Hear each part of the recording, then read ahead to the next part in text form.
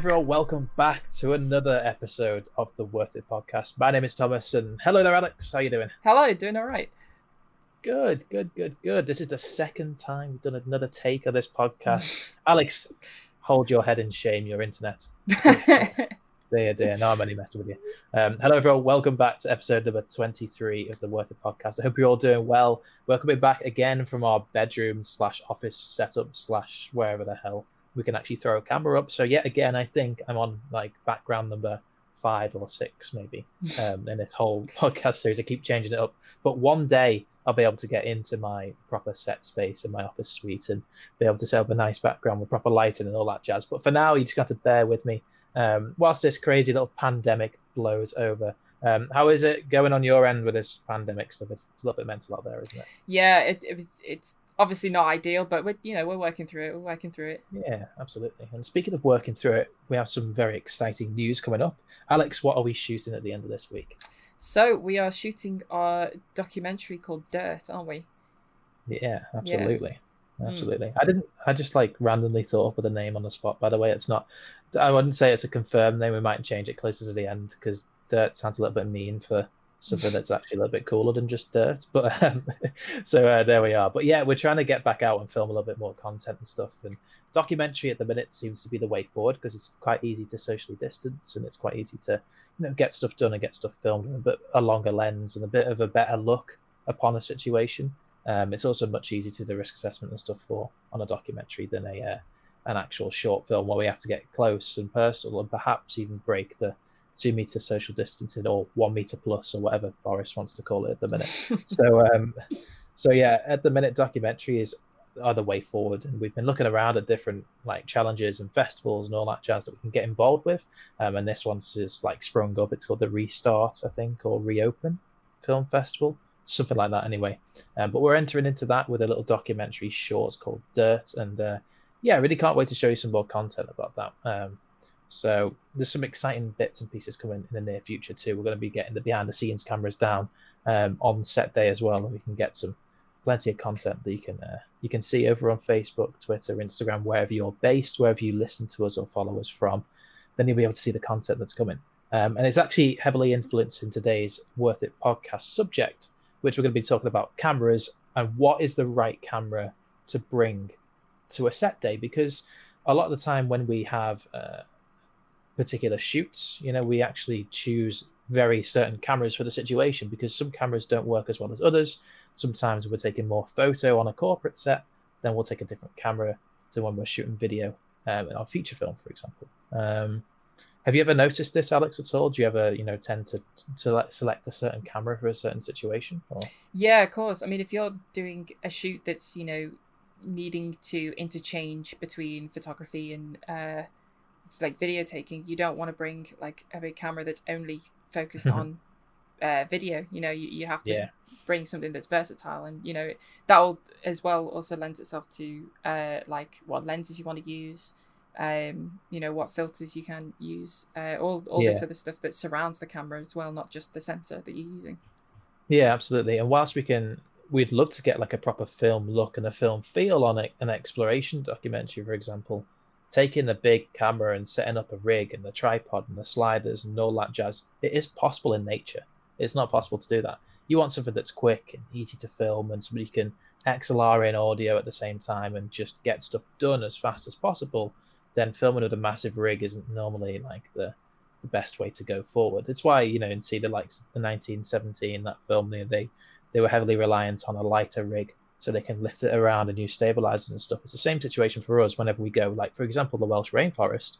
We had the phones, even though it was like a phone challenge, I guess. But, in the end, picking up a phone and being able to go out and have such a lightweight rig, it meant that we would be able to go further and do more and film more in the end. So it was, what rig we choose is very important. We'll talk a little bit more about that in detail when we get to that. But first, let's talk about a topic in our first section of the day.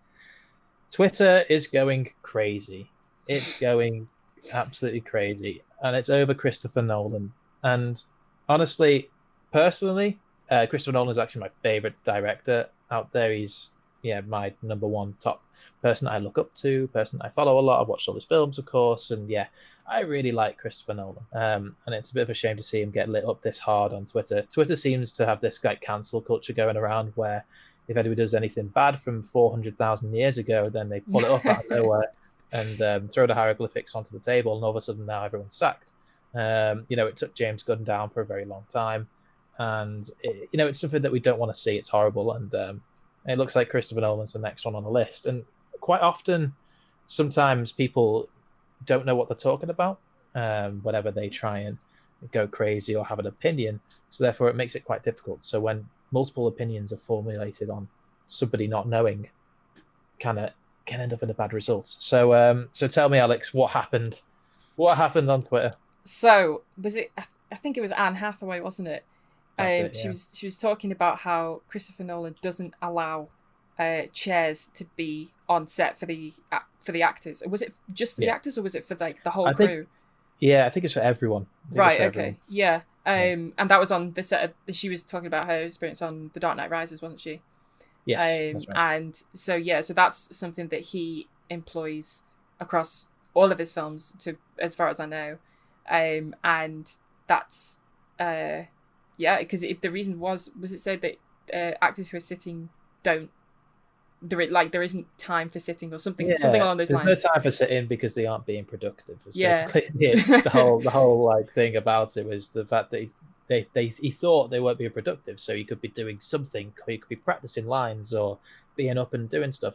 And there's something about Christopher Nolan that I've listened to in other interviews, like what's his name, Cillian Murphy, for example, right? He very, very in one of the interviews, I think it was when they were doing Peaky Blinders, he talked about Christopher Nolan. Obviously, Christopher Nolan's not got anything to do with Peaky Blinders, but whilst he was making Peaky Blinders, he was asked about Christopher Nolan and working with him in the past. And he always mentioned how much of a hands-on physical director he was. And another one with Tom Hardy was saying that even in situations where he was wearing this mask and he was in the plane in Dunkirk, he was moving backwards and forwards. And it was actually Christopher Nolan grabbing hold of him and throwing him backwards and forwards underneath the frame that actually, enhanced his, I guess, his appearance on camera.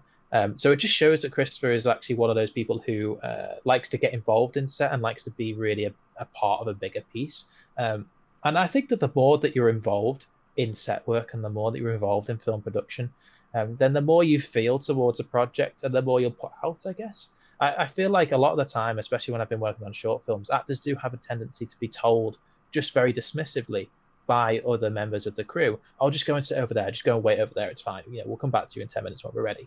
And it's that kind of separation that makes actors feel like they're not involved in the project as much as they could be or should be. Because, there's a lot of talented people in the industry and in that field and area that could be more involved. Have you noticed this before at all? Yeah. I mean, if you don't get involved with your actors on set, it's apparent in their performances, or you'll spend so much longer trying to get the perfect shot because you're not telling them exactly what's needed, and it's something that's very important, especially when you're directing, Yeah.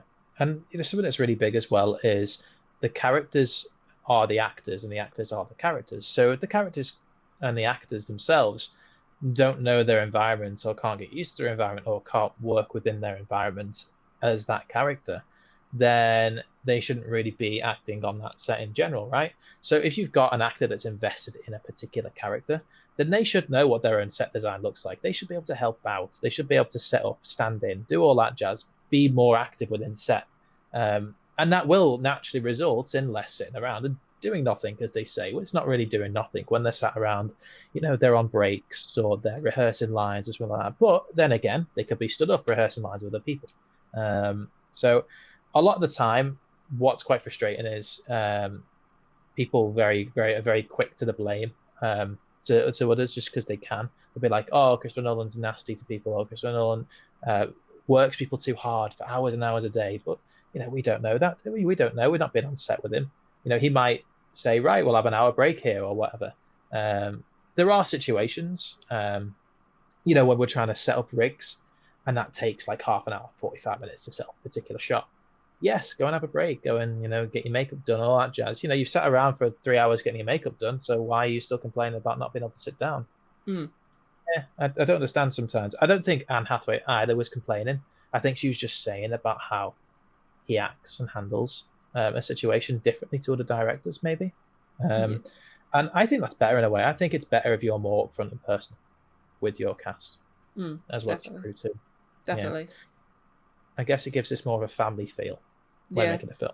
Well, that was something Uh, that Jon Favreau, I think, did really well with Mandalorian. I mean, he didn't direct them, but he was heavily involved with the producing side, yeah, and he was like in constant communication. He was with all the actors, with all the directors, with all the crew, because what they were doing was something different. yeah, They were shooting something that was different to how other things have been shot in that genre. So yeah, like you said, it needs to be constant communication. absolutely. And as you say with that, he brought in what was known as, I guess, like a motley crew of different variations and different directors who were experts in their own particular field. He brought them all together and smashed it into this, I guess, mix in the Mandalorian. It was really nice to see. Because you've got Taika, who's very comedy oriented. You've got I can't remember the lady's name. My goodness. Um, Deborah Chow. yeah, yes, thank you. Yes, who is obviously very heavily involved in drama and TV. And then you've got again another first time director, and people are it's such a big variation of knowledge, and to bring it all together and to make it a one was fantastic. And again, as you say, yeah, having that involvement with your whole team and not just segregating and keeping people apart is something that's really important. So in essence, Christopher Nolan should be praised for his actions, right? Rather than shouted down. But sometimes it happens in the right way. Of Sometimes course. it does happen in the right way. You've got Harvey Weinstein. We're so glad that he's gone, Of right? course. Oh And yeah. out of the equation. There's many others that have been called out and brought into the spotlight because of social media and because of I guess trending influences and hashtags and all that jazz, allowing people to feel the confidence to come out and say this guy has been horrible and this is why, and that's a good thing. And we're really glad that happened. And with that being said, let's get back to something that's a little bit nicer, I guess, right? Let's talk more about cameras and boring media stuff for those people who aren't interested in pop culture and are more interested in kit and stuff. So, right, let's take it as though we are going out this week. So, okay, let's plan our shoot right now. Okay, so we're going out to film on what day we're going to film? Thursday, Friday? Thursday. Yeah, No, Thursday. Thursday. I always get it wrong there straight away. We're going out to film on Thursday. We're going down. We're going to a woodland setting, and we're filming off-road mountain biking. What camera are you going to take, Alex, and why? Go. So I'm bringing the Blackmagic camera, Mm-hmm. and I'm bringing that because with the type of thing that we're covering, so obviously that being mountain biking, I think there's a lot of good opportunities for some really decent slow motion footage. And so that's something that my camera can do really well. And I think that would lend itself really nicely to the documentary. Yeah, absolutely, absolutely. Is there like a particular, um, well, I guess, what reason to why you want to shoot slow mo on that camera? Are you going to use it as like a B camera in a way? Shoot all Yeah, the B so roll? yeah. So I definitely, I think for a BRoll camera, it definitely excels really well. And if you're looking at stuff like just kicking up dirt on the back of the bike or things like that, it would look really nice. And Yeah, it gives you the flexibility to if you need to speed up your footage as well. You've yeah. got that detail in each frame that you've captured. That you can speed it up without it looking not that bad. Yeah, absolutely. Is there like a particular thing that you look for when shooting B-roll as such? Is there does the genre affect the way in which you shoot B-roll as such? I think it's more like the pacing. So like for this, obviously, it's going to be quite fast, quite upbeat, Yeah. And that's something that will change compared to how we shot Get Growing, because that's obviously more slower, more that's how we shot that. So yeah, I think for this it's going to be a lot more exciting, and it's going to be a lot more hands on, definitely. Yeah, definitely. So obviously, yeah, as you say, it's going to be quite fast paced. So the way in which you shoot and the style in which you shoot is going to be completely different to, as you mentioned, get growing, or any other kind of project where it requires very stable shots, so make sure you get consistency. This kind of can be all over the place. This could be very jumpy and very interesting, and there's a lot that we can do, and hopefully the weather shows up nice. Actually, I kind of hope that it rains like overnight, so it's still like dirty and muddy, and we can get some splashes, and that'd be so cool, man. Yeah, It's definitely. so cool. But also at the same time, if it's sunny and dry, we're in an area that has a lot of sandstone as well, so we'll get quite a lot of dust, and dust also looks fantastic in slow motion. Is there any precautions that you're going to take when bringing that particular camera on set? Yeah, I think so. Recently, I've invested in a cage for the camera, which is going to help with protecting it. But also just making sure that where you leave equipment, just standard like set etiquette, really, just making sure you leave equipment that's safe, that you're always using lens coverings, just all the basic stuff really that you have to keep your equipment safe. And of course, one of the biggest and most important things too is don't bloody change a lens in the middle of the dust cloud and all of those daft things, because sometimes people don't realize how easy it is to break a camera. Because they look at it and think, oh, it's hard shelled, it's plastic / metal / whatever type of camera that you get. But people seem to forget to realize that lenses are made almost entirely out of glass all the way on the inside, and if you just drop it slightly, that kind of vibration can crack it all the way through. And once you crack a lens, that's it. You can't fix it or replace it. You may as well just buy a whole new thing. That's like stabbing a hole in the engine of your car and saying, "Oh, sorry, I'll just get a new one." That's literally getting a whole new car. If you break a body of your camera, or you break like say for example, on my M50 here, the monitor, it actually comes out, it flicks out so I could see myself on the right hand side. If I was to drop that and it was just a snap and it was to come off, okay, yeah, I could send it off to Canon and get a replacement. That's fine. If I break a lens, that's like 500 quid down the drain. I just have to buy a new one straight away. So yeah, it's very easy to break a camera on set. And with that also being said, that'll again affect the type of camera that you bring too, because you don't want to bring your Red Dragon, which is £40,000, onto the beach where people are going to be splashing sand everywhere and water and all that jazz. So we've got to think, and also rain. Do you know, is Blackmagic weather sealed? No, this camera isn't weather sealed, so in the rain you'd have to get some sort of waterproof covering for it, definitely. Absolutely, yeah, and tarp or something to wrap it around or something to keep it covered, because you can still shoot in the rain, and probably a lot of stuff looks really nice in the rain. Yeah. Even this, I can imagine this in the rain in puddles and mud and splashing around would be absolutely phenomenal. But I hope it doesn't rain. I hope it's the dry side and the dust rather than the rain and the mud. Yeah.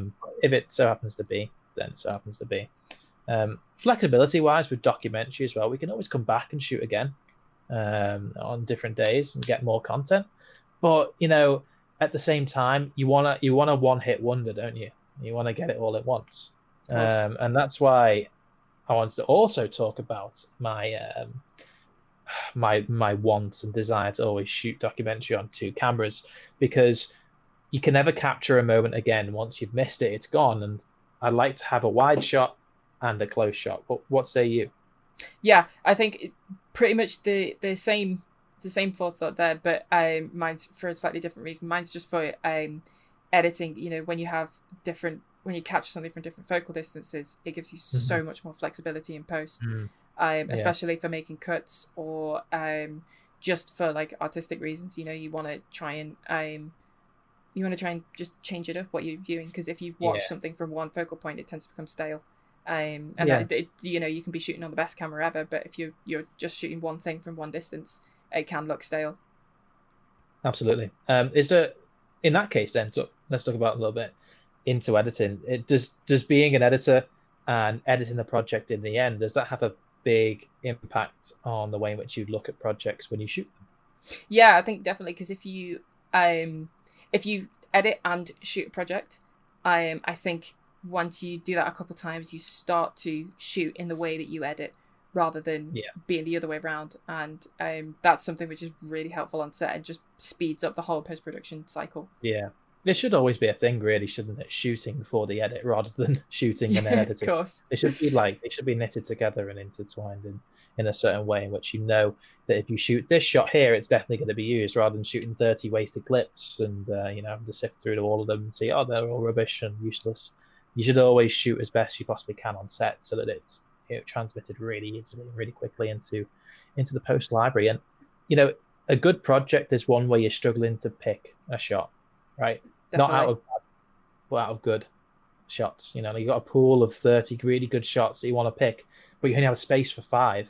That's good, rather than saying, oh my God, I need 5 shots and I've only got 3.